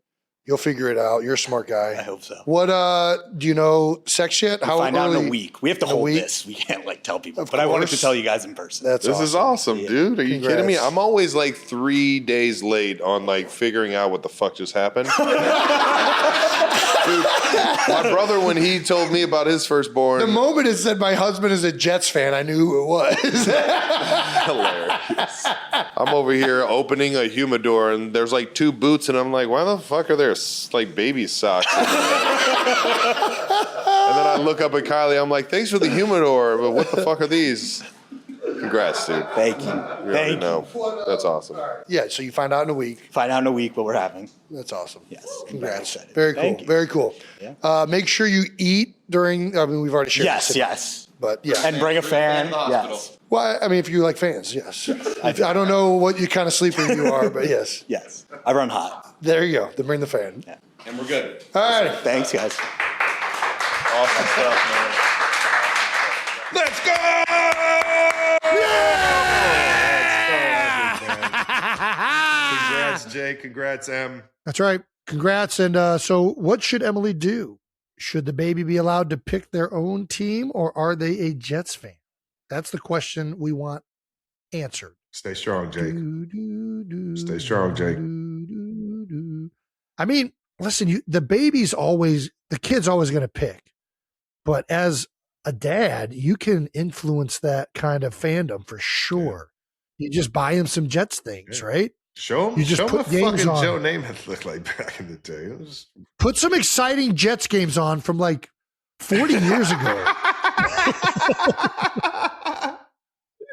Get some John Klecko tape out. What is it? We went to the playoffs in my lifetime. I will be showing our daughter those tapes. And she can pretend like, hopefully by the time she's interested into football, the Jets are good. That's what I'm hoping for. What's the teacher's name again that Epi. introduced you to Jets? Epi? Yes. Get teacher Epi down there. Yes. She to will help out. Make for it sure. full circle. Yes. Teach 100%. another Chatsky generation the Jets way. Yes. We will be sworn into misery for the rest of our family. Gotta stay positive. Gotta stay positive. Next year's the year. It's always There the we year. go. I'm going to raise a young optimist. I can't wait. Attaboy. Perfect. Attaboy. That's all you could ask for. Good luck to your Jets on draft day. So bring Jake back in here. So that was a while ago. How is Emily doing? She's doing well. We're about halfway through. We had the anatomy scan earlier this week, which was crazy, but Nice. everything's Yeah. great. She's a rock star. I'd bring her in, but she's like actively working still and doing her job, which is much more serious than mine. But she's doing great. I'm doing whatever I can, and she's doing a lot more. So I can't say that I'm like a rock star, but she absolutely is. Give yourself some credit, bud. Yeah. You're our rock star. Yeah, appreciate you, dude. Wishing you the best and a healthy next couple months, man. Thank you guys. Can't wait. I'll keep you posted. All right. Once again, this edition of No Dumb Question and Jake's firstborn child are brought to you by Allstate. I think throw some free insurance there. That baby girl is going to be in good hands with Allstate. You can't do an ad read with somebody's child. We just did. I cut a deal on the side, guys. It's done. If our other ad partners are listening, there might be other kids around. We don't know. I'll sell you, baby. We'll you don't know. Make us a deal. Any baby brands, strollers listening that want to sponsor my No, don't let him chill. Don't let him chill. Don't let him do this bullshit. But no, seriously, we'll sell out. Don't worry about it. Thank you to our partner, Reese's. Reese's has 2 limited edition cups. The returning Reese's Strawberry PB&J Cup. Ooh. And the new Reese's Marshmallow Cup. Oh, listen, you guys know we love Reese's, and this one's bringing some nostalgia back. Nothing like having a Reese's PB&J or marshmallow sandwich as a kid. You open that school lunch and see a Reese's in there, and you know you're your mom's favorite. Like me. Not Jason. No way. I'm definitely the favorite because I was the one who was more well-behaved. I don't know about that. What I do know is I'll definitely be trying these new Reese's cups. Get the Reese's Strawberry PB&J Cup and the new Reese's Marshmallow Cup today for a limited time only. It's a combination of flavors so perfect it might make you start to wonder if it's true that everything happens for a Reese's. Thank you to our partner, Expedia. When we travel, we like to keep things simple. Expedia is an all-in-one travel shop when planning trips, flights, hotels, vacation rentals, cars, and activities. It's all right there. And that's why it's going to be smart when you're traveling this summer to use Expedia at your convenience. No doubt. When you're planning big trips, it turns into a lot real fast. Different schedules, different opinions, all of it. Expedia gives you options. Lock everything in at once or handle it step by step. Flights first, then the house, then the car, or car, then house. Your call. That's right. And when you bundle on Expedia, you can save up to 30%. It just makes sense. One place, everything you need, no bouncing between apps. Expedia, the one place you go to go places. Members only. Savings vary, and see the site for details. Thank you to our partner, Lionsgate Michael, the Michael Jackson biopic. This Friday, something legendary is coming to theaters. Michael, the new biopic about Michael Jackson. What makes this film so special, you might ask? Well, Jafar Jackson, Michael's own nephew, steps into the lead role. This isn't a highlight reel. This is the untold story of how a kid with a dream became the king of pop. The struggles, the sacrifice, the genius behind the music that defined generations. Michael opens Friday, April 24th. This is a big screen experience you don't want to miss. Woo-hoo! Grab your tickets now and experience it in IMAX and premium formats. All right, let's get to our convo with Charlize Theron. This convo is brought to you by Reese's. Our guest today is an actress producer from South Africa. Woo-hoo! She's got a Golden Globe, 2 Critics' Choice Awards, and an Academy Award. She was named one of Time Magazine's 100 most influential people. You know her from her roles in The Italian Job, Monster, Mad Max Fury Road, Atomic Blonde, The Old Guard, and Fast and Furious, as well as her new film coming out to Netflix April 24th, Apex. 92%ers, please give a warm welcome to Charlize Theron. Come on. Yeah, now that's the flex. That's the flex. Right Oh, that's good. I was hoping you would give me a big one like that. I hear you give other guests big ones. I was like, I better get a really big fucking one. We're listing them all. Never hold back. We're listing them all. You were showing off those muscles. This movie is unbelievable. It's such a flex in itself. You were doing a lot of the stunts, I heard. I do a lot of the action. Yeah, I do all of the climbing in it is me. Wow. Yeah. some of the kayaking is not me. I was not a great kayaker. Not a character. They shot with these 2 Olympic gold medalists in New Zealand and did which the kayak stuff is great though, right? I've never seen people do stuff like that with a kayak. These 2 women were just unbelievable. But yeah, I do everything else. Everything else that's in the movie, I do. That's so impressive. That's awesome. Or stupid. A lot of times those go hand in hand. I was going to ask you, do you have greatness? You need the stupid and the crazy to get to greatness. There you go. You got to be just a little crazy out here. Do you do it for the thrill, or do you do it for the shot, or do you what's the madness behind wanting to do all the action stuff? Because I think good action movies work when you're telling the story through the action. It's not like the movie stops and you have an action scene and then the movie picks up again. Yeah. I like action movies where the action is part of the story. You don't understand the story unless you actually see the action. And that kind of physical storytelling, I really love. I was a dancer for the first part of my life. And I was a storyteller that way. And when I started making movies, it was all very verbal and great. But then I really got a chance to do a big movie called Mad Max Fury Road. And we're familiar. I fell in love. Fantastic as well. Yes. I fell in love with using my body again. And so it kind of made a real effort to develop a couple of projects for myself to do that. So that's how I think of it. I think of it as, well, this part of the story we have to now tell, and it's physical. How the fuck am I going to get up this hill without him shooting at me and hitting me? How am I going to do that? So fucking cool. It is physical and it is badass. These are badass female roles in the fullest extent. And this one in particular, telling the story through the action, you feel what the character is going through. It's pretty remarkable. My heart's racing with you. The last scene, I have a natural fear of heights. Oh, so really? Sometimes I get that. Yes. Especially on the side of cliffs for sure. Even just a camera looking out. I'm in my couch. I know that I shouldn't be sweating, but I just start sweating. It's a visceral movie. You know that last climb, the final climb up when I get on the top and I'm exhausted and everything? That climb, that last bit coming over, we shot that on an actual, a real face. And it was, I think more than 60 feet down. And oh my gosh. There was you couldn't put mats or anything down. It was a real hang. So they had to drop me on a very, very thick, secure safety rope. Yeah. But that's all they could put me on. They couldn't put me on wires or anything like that because we were just in the bush. And so I had to. This was by far the scariest thing that I did. And everybody thinks it's the cliff dive, but I'm like, no, that was fun, even though it was only 6 feet of water. But every time I did that cliff dive, I was like, I'm getting more sand into my wetsuit. I'm getting closer and closer to that bottom. But that last climb, I had to basically get myself down. So you see this drop.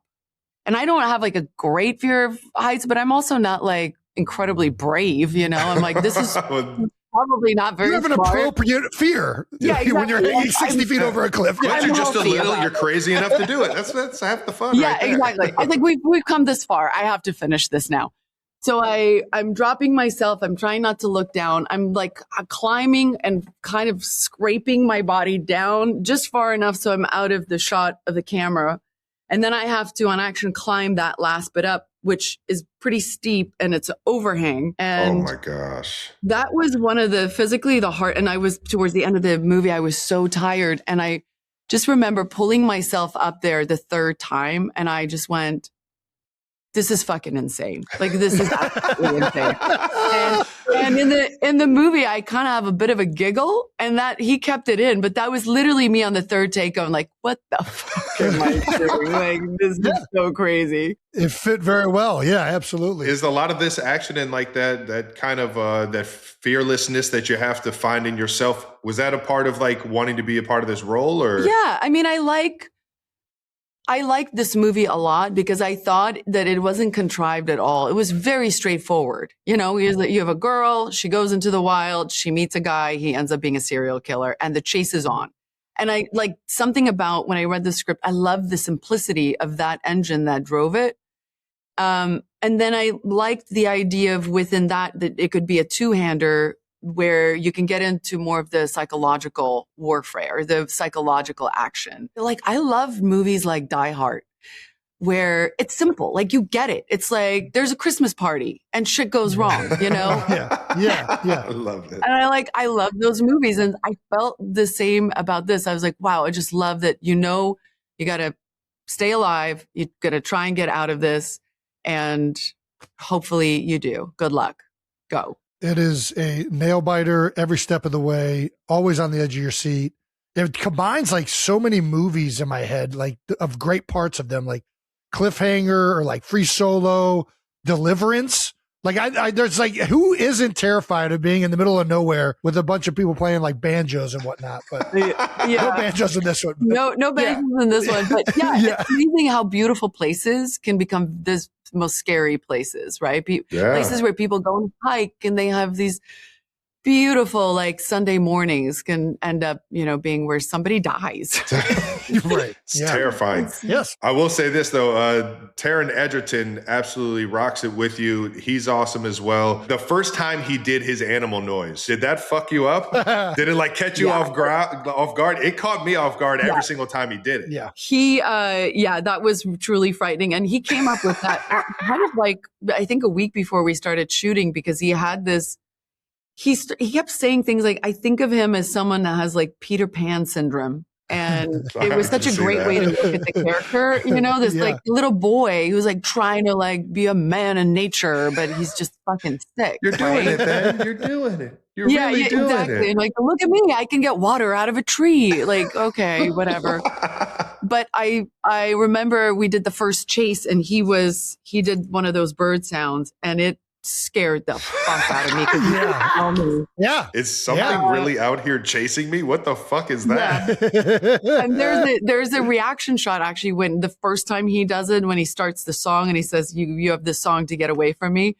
And then he does the bird sound. And that reaction is, I was like, fuck me. Like, I gotta get the fuck out of here. I gotta get the fuck out. Why are you that good at this? He's so amazing in the movie. I think he brings like a whole new twist to this, I think serial killer movies I love them. I'm obsessed with serial killer movies.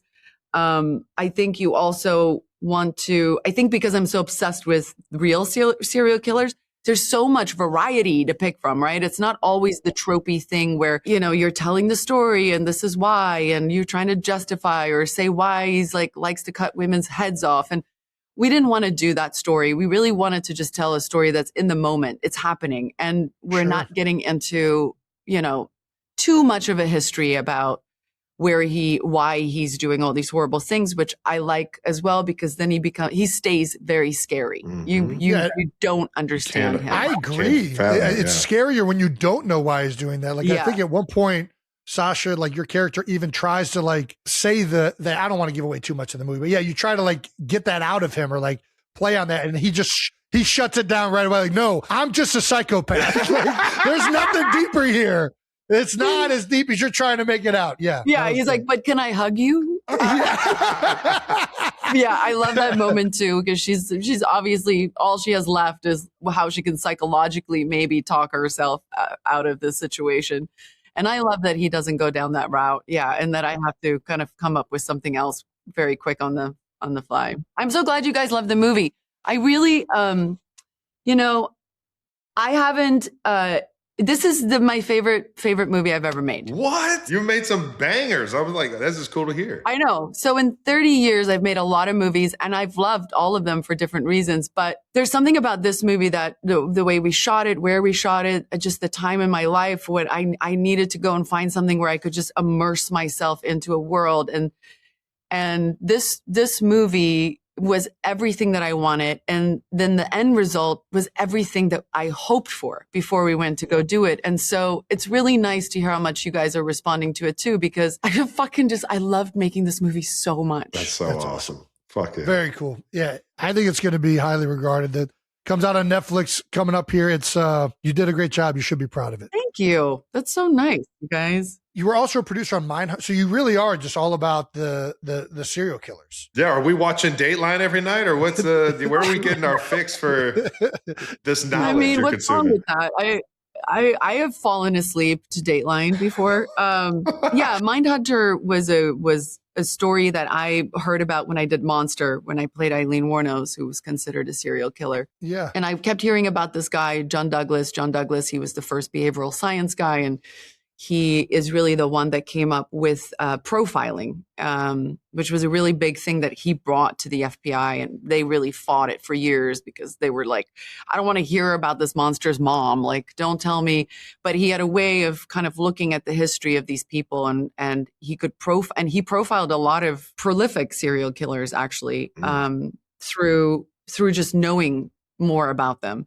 And so I read one of his books. He has many books, and he's a very, very interesting guy. And he just always stayed with me as such a fascinating guy, because he's like always in like a nice suit. You know, he wasn't like, he was like the last guy that you would imagine would go to Rikers and want to sit down with serial killers and know more about them. So he was a great character. But yeah, we did 2 seasons with David Fincher, and it was one of those things that I was very proud of. I absolutely love what we did with it. And it's a serial killer story that really very rarely shows you the serial killer doing the act.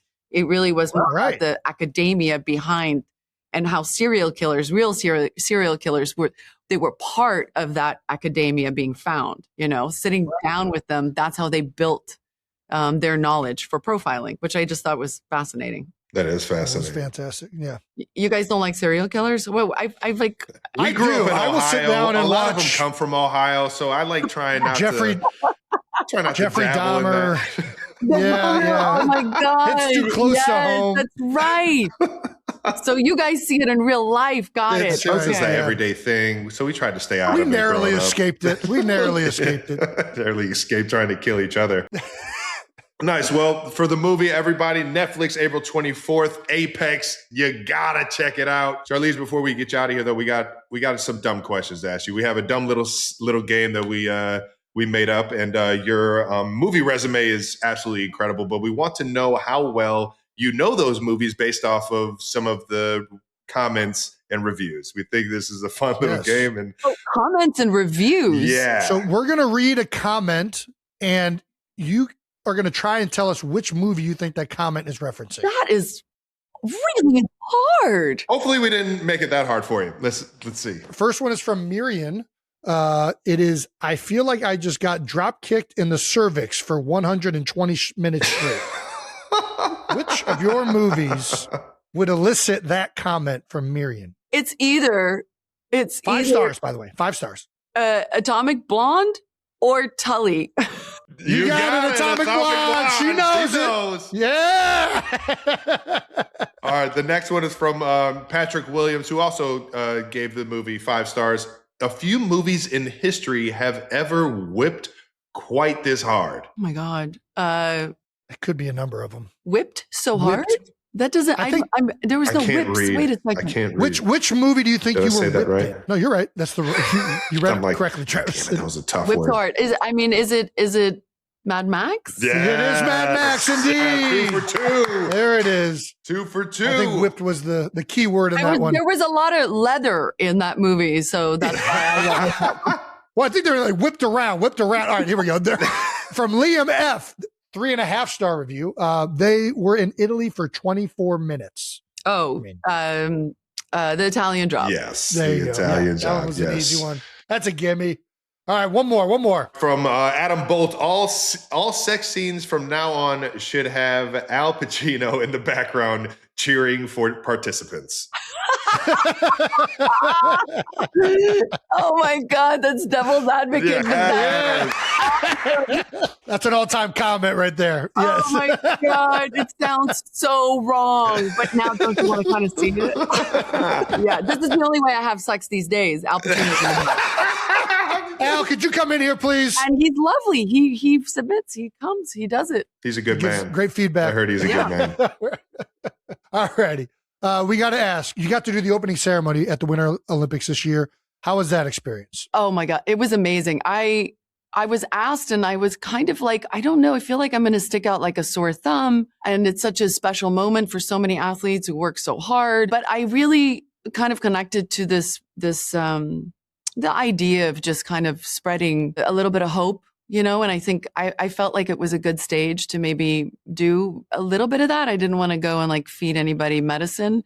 Hopefully I didn't, but I'm fortunate enough to come from a beautiful country with this great man who plays a big part in the freedom of South Africa, Nelson Mandela. And you just can't go wrong with a Nelson Mandela quote. Nice. So it was very, very, very easy on my part. I just threw a dart, and like anyone that it was going to pick was going to be a good quote. Nice. But it is interesting that quote was so many years ago and how relevant it is today.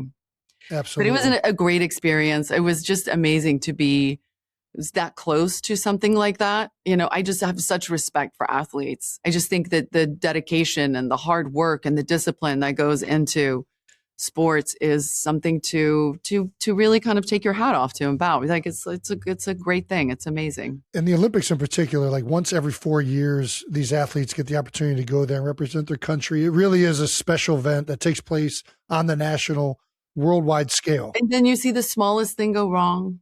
And you're just I know. It's because the stakes are so high, right? If it wasn't the 4-year thing, it would be fine, right? Yeah. When those skiers come down and they just, oh my God, Lindsey Vonn. I was like, yeah, we all so were hurting for her. Yeah. She's a warrior, though, to go back out there and at least give it one other try. There's no question. She's a maniac. When I trained for Atomic Blonde, I trained with the same trainer as her at the same gym. And I got to know her a little bit during that period. And she is like, I'd show up so fucking exhausted. I'm like, who the fuck do I think I am that I'm going to come into this gym and like become a martial arts expert and get strong enough? And then she'd come in and I was just like, that's my inspiration. Just look at that, and do that. Just do that. Put your head down, do that. But she's so lovely. Do you have a favorite event in the Olympics or anything that amazes you the most? I like the skiing. That skiing is pretty amazing, but I watched a lot of the figure skating because I have a teenager, a 14-year-old and an 11-year-old. So we watched a lot of figure skating. They were very much into that. That's awesome. Which again, the same thing. It's like that one throw, that one missed land. And you're just like, It's and I was trying to explain it to my daughters. Because every time it happened, I was like, and they're like, Mom, it's okay. She's fine. I was like, no, she's not. No. She can't do this for another 4 years. I'm like, she's going to be fine. She's young, Mom. It's fine. Don't worry about it. Well, and they make a mistake and they just have to finish their routine. Like in their head, they know it's over. Yeah. All this training was done, but they're still going to skate around for another minute and do the rest of it. Like it's very admirable in that regard. I don't know. It's like when you're probably going to lose, right, Travis? But you keep fucking playing. You got to keep playing. That's you got to just love it. I real admiration for that with the smile on the face, and they're giving the performance, but they know what it is. Yeah. Yes, and we at least when we're out there, we have 10 other guys on the field with us going through it together. Like they're just like one person out there at a time, and it's like all that eyes is on them. Another level of bravery. You guys have had that feeling, right? You've had that feeling where you're for sure. I lost a Super Bowl to my brother, and it was the worst pain on the planet. I wasn't going to bring it up. Yeah, no. It was a beautiful moment, Jason. We were both on top of the mountain together. Yeah, it was great. He was hanging off the cliff, though. That's right. I would have. That's a time where I wouldn't have been afraid of the cliff because I would have jumped straight off of it. Yeah. That's right. You did just mention your 2 daughters. I have 4 under 6 right now. 4 daughters. How are you talking? How are you putting it? It's difficult. I don't know if you heard a second ago. There was just something happening upstairs. I don't really know what. I'm going to hear about it. But that's impressive. Is there any advice? What do I have to look forward to? What should I do? Listen, it was just Travis and I growing up. Yeah, it was just us two. Yeah. Well, I was an only kid, so the whole sibling thing to me, when they fight, I actually got worried. Like I was like, am I not doing the right thing? Like they're going to kill each other because they're both very, very strong. Like, like they're not wallflowers and they're stubborn and they're just firecrackers. And so when they love very hard. But when they fight, I'm like, oh my God, like, am I going to go to jail? Like they won't stop. They get physical. And so I have to like call my friends up who my friend was like, are you kidding me? I had 2 sisters. I almost killed my sister. It's fine. Like this is horrible. Nature does this beautiful thing where you think you're in your worst place right now so that you can cope with what you have. But from where I am, I can tell you that you're in a lovely place and they're still lovely and sweet. And then one day you're going to walk into their room around 11 And they're going to just be like, why did you turn the lights on? Yeah. What happened? What is going on? Like yesterday morning, you wanted me to cuddle with you. And now you're yelling at me for turning the lights on. Yeah, they just turn into hormonal nightmares. Like I'm getting my ass handed to me from the moment that I walk into the house, from the moment that you leave. And all these things are going to serve them so well in life, but I might not make it. They're going to be fine. Yeah, I am the one holding them back. Yeah, I that is what I'm worried about. I am terrified about that 11 through high school age range. I know it's going to be rough, and they're all going to be so tightly compact. Yeah. Wyatt just kicked me the other day. My oldest daughter, like full on, I was doing a ghost sound to scare her on purpose, and she full on kicked me. And I'm like, listen, we do not hit each other. But in my head, I'm like, kind of love this. He had the right reaction. You want your daughter to kick when somebody does that. That's right. She's got to survive. She got to survive Apex. If there's a serial killer after her one day, she's got to make it. Mark my words. Yeah. When you have the third one hit 11, I promise you're going to have days where you just get in your car and drive around the block for like an hour. Yeah. You're out of the house. It's what I call like a timeout. Like I have to literally just leave the house right now. Put yourself in timeout. Nice. I'm going to go to the store. Anybody need anything? I'm just going to go make a quick trip. All right. You got one rule, Jason. Don't turn the lights on, man. All right. We had Keanu Reeves on the show earlier this year. Another one of our favorites. And is it true you named your dog after Johnny Utah? Yeah, I did. Because I adopted him in Utah. I was shooting a movie in Miami Valley. Nice. And Stray Dog, ended up in my trailer. And so he was from Utah, and I wanted to do a little throwback, and I love Keanu. He's a good friend. And I was like, yeah, how about that? That's awesome. So he always went by both those names. How cool is that? It's the best. Have you done other movie names or like character names for pets? No, I have not. My daughters now name all the animals that we have. So it's a lot of like Billy, Bobby, Bibby, Baba, Yeah. Nicknames. Yep. Nothing but nicknames. Yeah, it's just like tiny little cute names. I'm like, can we get like a tough name in here? Like we have a farm and we got some working dogs, and I was like, I get to name one. I want to name just one dog. And what would you name a dog? Okay, I did name her after a movie. Oh my God, I'm so tired. What do you got? I just named Ripley after Weaver. Yeah, Sigourney Weaver's character in Aliens. Very cool. That's awesome. Yeah. That's a badass female character. Right we needed a badass name in there because it was a lot of like Billy, Bobby, Bibby. We have a Patty, and then they're trying to call the new one Freddie, and I'm trying to go with something strong German. It's a German Shepherd. I'm thinking Gunda, like Gundel, or like. It's got to be like a picture, like in a big beer hall with Steins walking through the. Oh my God, that's so funny.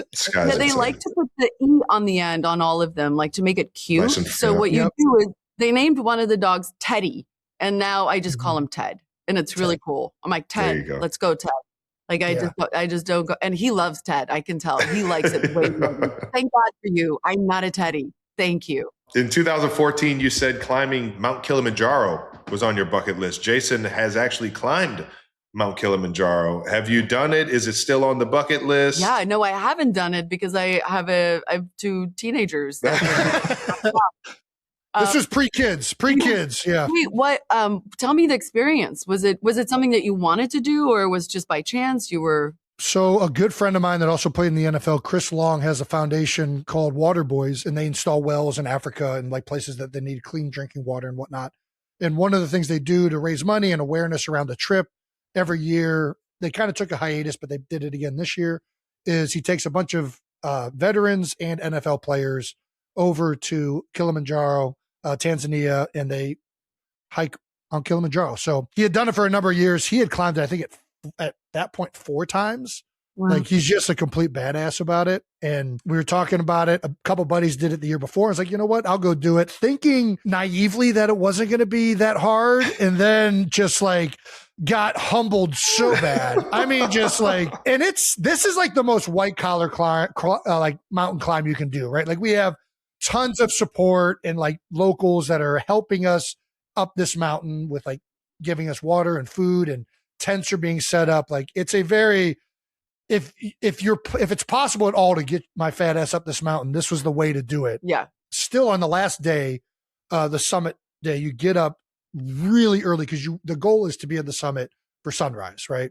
So you get up at like 12 a.m.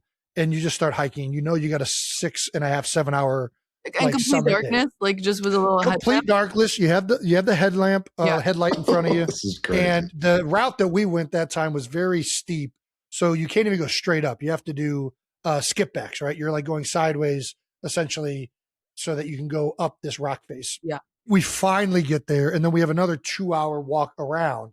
But what I didn't know is once you get above, I think it's like the 18,000 foot or 17,000 foot threshold, you get to a certain point on Kilimanjaro where you're no longer able to replace the oxygen, right? Like it's a slower, it's not as severe as Everest. the other, the other, I forget the name of them, but the other big summits. Yeah. But you're up there, and as a bigger guy, you're using more oxygen. So I was doing great, wasn't really having an issue. And then right when I got to the summit, it hit me like a ton of bricks. I didn't get like, did he like hit you? How? Like you were just like so fatigued, like a level and a little bit dizzy. And they tell you like the moment you get there, you just want to get down as fast as possible.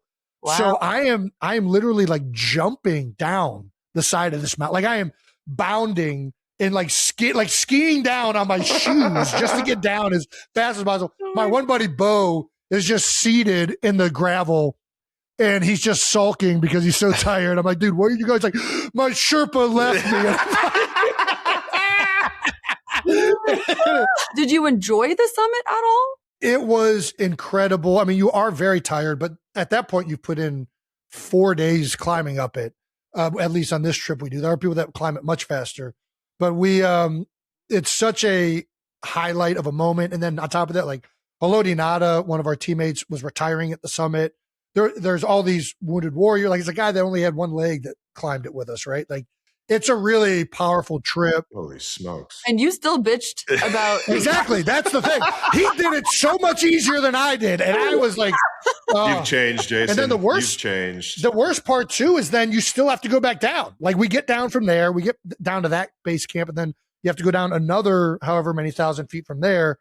And my back just started tightening up, and it was a grind of a session that I was not prepared for. You're not selling it. You're not selling it at all. I will say this, knowing you and what I've seen you do in these movies, I think you would absolutely crush it. And I told everybody I would not do it ever again, but there is something where when you go through something that taxing and that intense, I would go with my daughters because I think it's a transformative experience if you've never done anything like that. And Kilimanjaro is for sure, like there's nothing more like symbolic than like overcoming struggles and like adversity than like climbing a mountain and getting to the top, right? That is a very symbolic thing. And it feels like Kilimanjaro is like the most approachable of all the major summits for novice climbers. So if you're thinking about it, I highly recommend it. It's awesome. I feel like I just used up all of our time to talk to you, telling the story. So I am going to stop talking now. My next trip. So yeah. Yeah. You'll enjoy it and also hate it. Which is how you love. You have to hate it a little. There you go. That's right. I understand the whole, like, wanting to do something with your daughters. I'm always looking for something like that I can go into, because otherwise I'll just end up living in a Sephora for the rest of my life. I must get out of Sephora. And I just took my oldest girl is very, like, she's a scaredy cat. Like, she's very pensive, which I love, because I'm like, you're going to be safe. I'm not going to worry about you when you leave home. And then the little one's a daredevil, like just completely crazy. But I spent spring break with them, and I was trying to find something like what you were talking about that we could do together that would be like we'd get to the end of a real accomplishment. We did that. Yeah. And so we went to Hawaii, and I found this zip lining company, and so I was like, I didn't tell them because I knew they would just say no. So when we landed, I said, we're going to play a game. Everybody's going to say one thing, and we all have to do that one thing. And so mine was zip lining. Nice. The fear that it was pouring rain. It could not have been more miserable. That could get a little dicey. so high. It was like 8 zip lines to get down. Scary, like really scary. And you're tied to a rope. You can't go backwards. You can't go forwards. I was like, this is going to go so wrong. And my oldest daughter didn't want to wear the raincoat because it didn't look cute. So she's in her... Of course. Like dripping water. And I'm like, you should have put the raincoat on. Mm-hmm. But we got to the end of it and it was really, you can't describe it. Like it's so much work as a parent to do these things. But at the end, you're just like, wow, we got in the van and everybody was laughing about it. And nice. The hard work that it is to get you guys up here and look at you now. You've got a wet sweatshirt on and you're still happy. Yeah. There we go. It's weird. It's like even in football, like the misery that you go through with your teammates are what you talk about the most. Like you talk about camp being 100 degrees and you're all out there sweating and hating life, but it somehow brings you closer together. It's weird. Yeah, exactly. We got one last question for you. Last one. We will stop taking up your time. Yes, but we have to know, we ask all of our guests, what was their welcome to their profession moment? So what was your welcome to Hollywood moment? It sounds like a written moment in like a very cheesy Lifetime original movie. But I landed at LAX and I knew nothing about Los Angeles. As a matter of fact, I thought I was getting a one-way ticket to Hollywood. And when the ticket came, I was like, it said Los Angeles. I was like, God damn it. So it's appropriate. That's an appropriate response. South Africa, okay? And I grew up on a farm. I did not know any of this stuff. So I drove in a taxi from LAX and I just remember he took me to this hotel called the Farmer's Daughter, which now is a really nice little hotel, very boutique-y, but back when I stayed there, it was rented by the hour. I was like, I can afford this. And when the way he must have taken me a scenic route because it's not the natural route to get to this place. But I just remember on one of the roads, I actually saw part of the Hollywood sign. Nice. And I just went, it was like, oh. Yeah. And I was like, I'm going to make it. You're doing it. Hell yeah. That's awesome. That's so awesome. And I called my mom that night and I was like, I saw the Hollywood sign. I was very proud of myself. It was a moment where I definitely felt like, oh, now I'm in Los Angeles. Yeah. That's just awesome. Hit all right there. That's awesome. Yeah. And to be honest, I can attest, like it's hard to find that. I hear you saying he took you the scenic route. It's hard to actually find the sign if you don't know where it is or exactly what view you can get to see it. It's but seeing it is magical. And for you to be going to LA for the first time and seeing that in the start of the career had to be epic. It might have been the route of a serial killer now that I'm like, yeah, it was a very... Oh, I'm just taking you to the scenic route. Don't ask questions. but then interestingly enough, somewhere on the trip, he must have decided against it because he didn't kill me. So I wonder what I did in the car that made him go, oh, not this one. I'm going to take her back to the hotel. So thank you, man, who drove me serial killer for not killing me.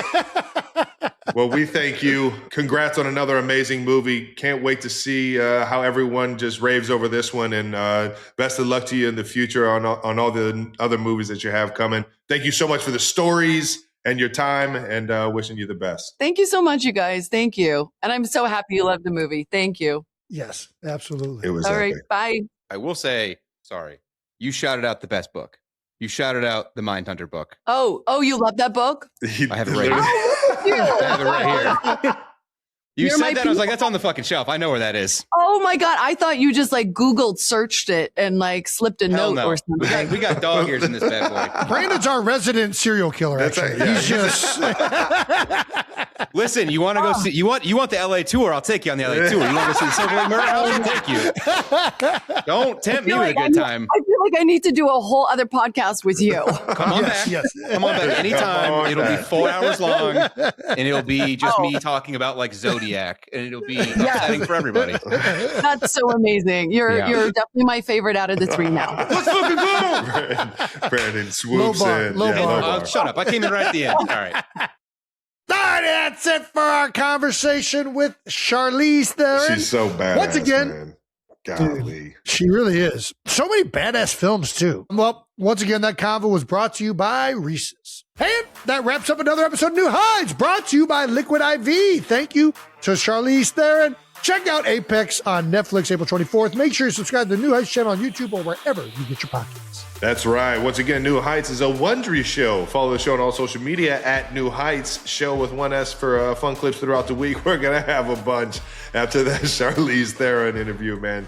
She's a badass. You guys are badasses. Thanks to the New Heights production team for being a motherfucking badass. And thanks to the 92%. We'll see you guys next week. Good luck in draft day.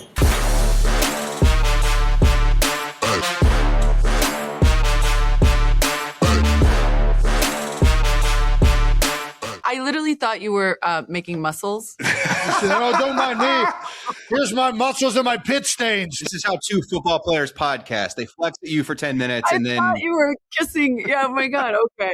All right. We show our pit stains. Welcome and to the flex show.